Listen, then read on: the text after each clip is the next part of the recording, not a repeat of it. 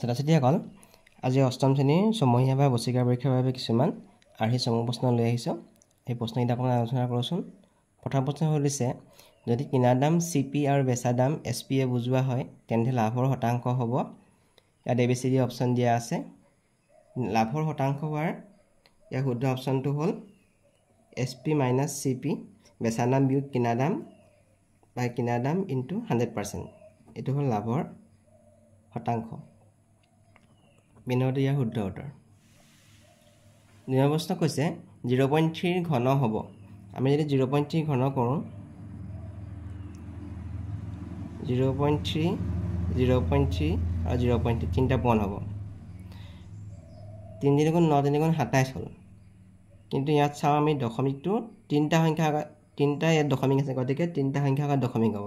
ইয়াত দুটা সংখ্যা আছে, গতিকে 0 এটা দি পিনি ইয়াৰ আগত দশমিক পাতিছোঁ 0.027। বি নম্বৰটো ইয়াৰ শুদ্ধ উত্তৰ হ'ব। 3 নম্বৰ প্ৰশ্নটো চাওঁ আমি যদি ছপা মূল্য MP মানে হ'ল মাৰ্ক প্ৰাইচ মানে ছপা মূল্য, বেচা দাম SP বুজোৱা হয় তেন্তে শতকৰা ৰেহাই হ'ব। ইয়াত কোনটো শুদ্ধ অপশ্যন হয় সুধিছে। শতকৰা ৰেহাই শুদ্ধ অপশ্যনটো হ'ব B2, MP - SP বা MP × 100%। বি নম্বৰটো ইয়াৰ শুদ্ধ উত্তৰ হ'ব। তাৰপিছত চাওঁ আমি 4 নম্বৰ প্ৰশ্নটো 216 ঘনমূল, 8 ঘনমূল আৰু 64 ঘনমূলৰ যোগফল কিমান হ'ব সুধিছে। আমি যদি 216 ঘনমূল পাতোঁ, 8 ঘনমূল পাতোঁ, আমি জানো যে 216টো 6 ঘন হয়। 6 আৰু 6 তিনিটা পূৰণ কৰিলে আমি পাম 216। তেনেকৈ 2 তিনিটা পূৰণ কৰিলে পাম আমি 8 পাম, মানে 8টোৰ 2 ঘন হ'ব। আৰু 64টো আমি পাম 4 ঘন। 4 তিনিটা পূৰণ কৰিলে হ'ব 64। গতিকে ইয়াত হ'ব 216টো আমি পাতিম 6⁻3, 8টো পাতিম 2³ আৰু 64 পাতিম 4⁻3। তেতিয়াহ'লে ইয়াৰ ঘনমূল হ'ব 6 + 2 + 4। 6 × 8, 8 × 4 হৈ গ'ল 12। ডি নম্বৰটো ইয়াৰ শুদ্ধ উত্তৰ। 5 নম্বৰ প্ৰশ্ন 1220 সংখ্যাটোৰ লগত আটাইতকৈ সৰু কি সংখ্যা যোগ কৰিলে ই এটা পূৰ্ণবৰ্গ সংখ্যা হ'ব। অপশ্যন দিয়া আছে A নম্বৰটো 4, B নম্বৰটো 6, C নম্বৰটো 9, D নম্বৰটো 5। আমি 34 সংখ্যাটোৰ বৰ্গ কৰি চাই গম পাওঁ আমি 1156। 1156টো 1220তকৈ সৰু। আমি যদি 35ৰ বৰ্গ কৰি চাওঁ, 35ৰ বৰ্গ কৰিলে আমি পাম 1225। 1225টোৰ 1220তকৈ ডাঙৰ, তাৰমানে 1220ৰ ওচৰৰ পূৰ্ণবৰ্গ সংখ্যা 1225। 1220ৰ ওচৰত পূৰ্ণবৰ্গ সংখ্যা 1225টোহে আছে। এতিয়া 1220টো 1225 হ'বলৈ আমি 5 যোগ কৰিব লাগিব। গতিকে যোগ কৰিবলগীয়া সংখ্যাটো হ'ল 1225ৰ পৰা আমি 1220টো বিয়োগ কৰি দিছোঁ, তাৰমানে 5। তাৰমানে 1220ৰ লগত 5 যোগ কৰিলে সংখ্যাটো এটা পূৰ্ণবৰ্গ সংখ্যা হ'ব। গতিকে শুদ্ধ উত্তৰটো হ'ব D2। প্ৰশ্ন এটা লুডুগুটি টছ কৰিলে অযুগ্ম মৌলিক সংখ্যা পোৱাৰ সম্ভাৱিতা হ'ব। এটা লুডুগুটি টছ কৰিলে পাব পৰা ফলবোৰ হ'ল 1, 2, 3, 4, 5, 6। আমি লুডুগুটি টছ কৰিলে এইকেইটা সংখ্যাই আমি পাব পাৰোঁ। অৰ্থাৎ মূল ফলপ্ৰাপ্তিৰ সংখ্যা ইয়াত 6টা সংখ্যা আছে, 1, 2, 3, 4, 5, 6। এই 6টাৰ ভিতৰত কোনোবা এটা সংখ্যা লুডুগুটি টছ কৰিলে ওলাব। আমাক কৈছে কি লুডুগুটিত থকা অযুগ্ম মৌলিক সংখ্যা। লুডুগুটিত থকা অযুগ্ম মৌলিক সংখ্যা আছে 3 আৰু 5। 3 আৰু 5 হ'ল অযুগ্ম মৌলিক সংখ্যা।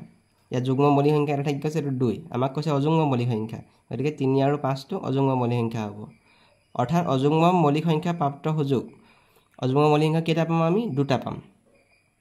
গতিকে অযুগ্ম মৌলিক সংখ্যা পোৱাৰ সম্ভাৱিতা হ'ব মুঠ ফলপ্ৰাপ্তি সংখ্যা, মুঠ ফল আছে 6টা আৰু অযুগ্ম মৌলিক সংখ্যা পাম আমি 2টা। গতিকে আমি যদি কাটি দিওঁ 2 × 2, 2 × 3 = 6, তাৰমানে 1/3 হ'ব।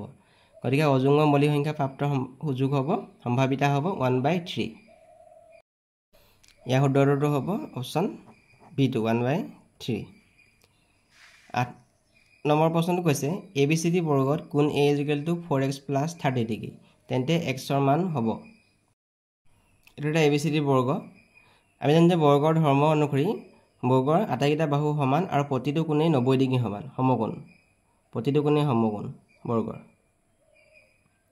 গতিকে এ বি চি ডি গোটেইকেইটা কোণ 90 ডিগ্ৰীৰ সমান হ'ব আমাক দিয়া আছে এই কোণটোৰ মান দিয়া আছে 4x + 30 ডিগ্ৰী তাৰমানে 4x + 30 মান হ'ব 90 ডিগ্ৰী হ'ব 4x + 30 মান 90 ডিগ্ৰীৰ সমান হ'ব গতিকে আমি এইখিনি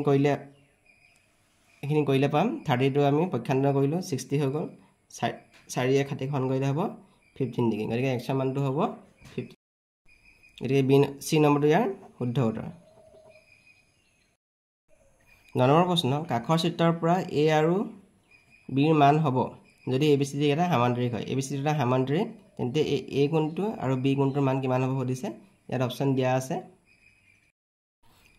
ABCD এটা সামান্তৰিক আৰু কোণ c টো 110 ডিগ্ৰী আমাক জানিলে a মানটো আৰু b মানটো উলিয়াব লাগে আমি জানো যে সামান্তৰিকৰ বিপৰীত কোণবোৰ সমান সামান্তৰিকৰ ধৰ্ম অনুসৰি সামান্তৰিকৰ বিপৰীত কোণবোৰ সমান এই c কোণৰ বিপৰীত কোণটো a কোণ গতিকে কোণ c আৰু কোণ a সমান আমি ইয়াত লিখিম a আৰু কোণ c সমান যেহেতু সামান্তৰিকৰ বিপৰীত কোণ গতিকে c কোণটোৰ মান 110 ডিগ্ৰী গতিকে a কোণটোৰ মানো 110 ডিগ্ৰী হ'ব আমি a কোণটোৰ মান পালো 110 ডিগ্ৰী এতিয়া এটো কোণৰ মান পালো আমি 110 ডিগ্ৰী এতিয়া হল a b d এটা ত্ৰিভুজ এই ত্ৰিভুজটো আমাৰ এনেকৈ আছে a b d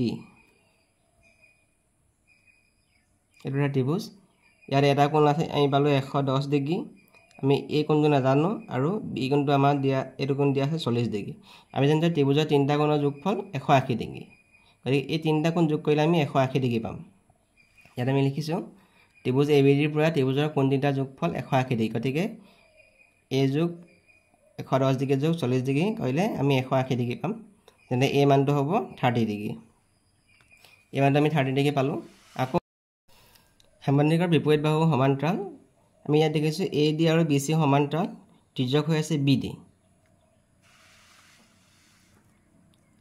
AD আৰু BC সমান্তৰাল হৈ আছে ত্ৰিজ্যক হৈ আছে আমাৰ BD হৈ আছে গতিকে A কোণটোৱে B কোণটোৱে সমান হ'ব কাৰণ এইকেইটা অন্তঃএকান্ত কোণ আমি A কোণটো পাই থৈছো 30 ডিগ্ৰী পাই থৈছো এই কোণটো আমি 30 ডিগ্ৰী পাই থৈছো গতিকে কোণ B মান হ'ব 30 ডিগ্ৰী কাৰণ এইকেইটা অন্তঃএকান্ত কোণ আমি এতিয়া A পালো 30 ডিগ্ৰী B পালো আমি 30 ডিগ্ৰী গতিকে শুদ্ধ অপচনটো হ'ব C2 A 30 ডিগ্ৰী আৰু B 30 degree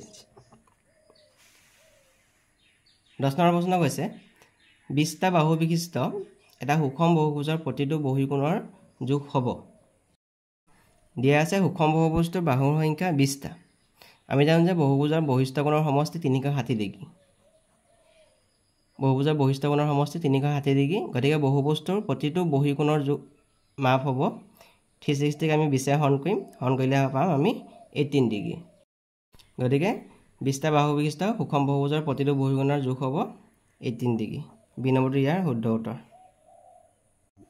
Please subscribe and share my videos.